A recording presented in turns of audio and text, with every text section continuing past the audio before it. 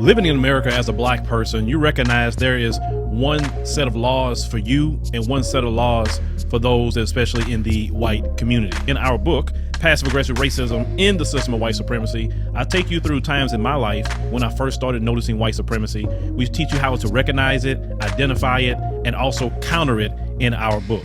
This book is a beginner's course for those that are just starting to wake up and open their eyes to see the system of white supremacy. As a black American person, you must understand this system because this system is life or death to you. How you handle it, how you deal with it, it can affect your mental health if you don't understand this system. Pick up our book, Passive Aggressive Racism and the System of White Supremacy, today on Amazon.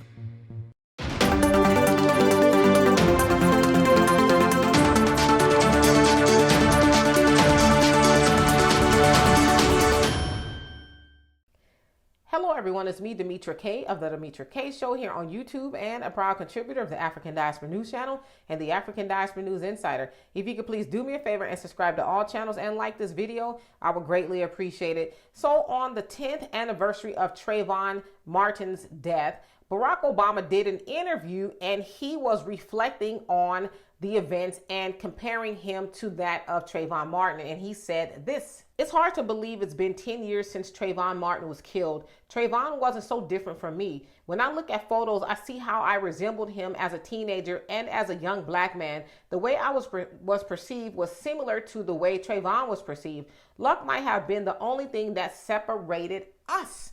And so he's, again, comparing the two and how lucky he is that that wasn't his fate. And so after that, he went on to form the My Brother's Keeper initiative, where it helps boys of color, not necessarily black boys, but boys of color with, things that they may need help with, is transitioning to manhood and all that kind of stuff, right? And so he also said this: "We still have a long way to go, but my hope is that we can look back on this moment and the movement that emerged in response to Trayvon's death as one more step in our country's journey to come to terms with our past." Now, let me just give you a refresher course. In 2012, February 26th to be exact, George Zimmerman followed that of Trayvon Martin. He was 17 at the time.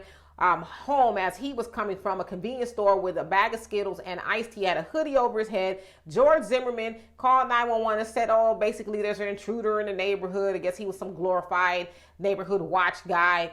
And 911 operator said, leave him alone. If he's not, putting you in danger, you're not in danger, leave him alone. But he didn't do that. He followed him and he murdered him by shooting him to death.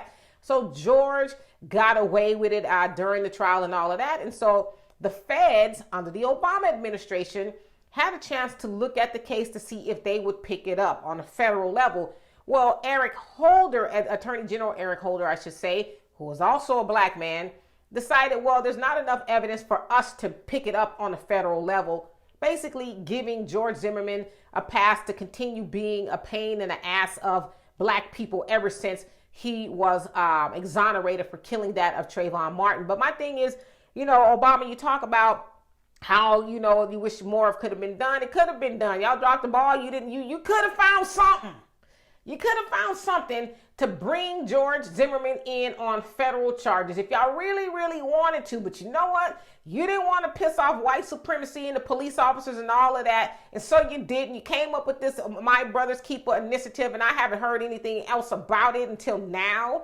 You came up with this initiative to kind of pad the blow of you not doing anything to right what happened to Trayvon, who was blatantly murdered in cold blood by that of a white supremacist who is unapologetic and has been unapologetic since. And here you come 10 years later trying to, I wish we could. And let's, and then he's talking about, that movement has made a new era, generation of civil rights leaders and all that, blah, blah, blah, man. You had the chance to do something with George Zimmerman and you didn't. So I don't even know why you keep coming out. It's like, do you miss us?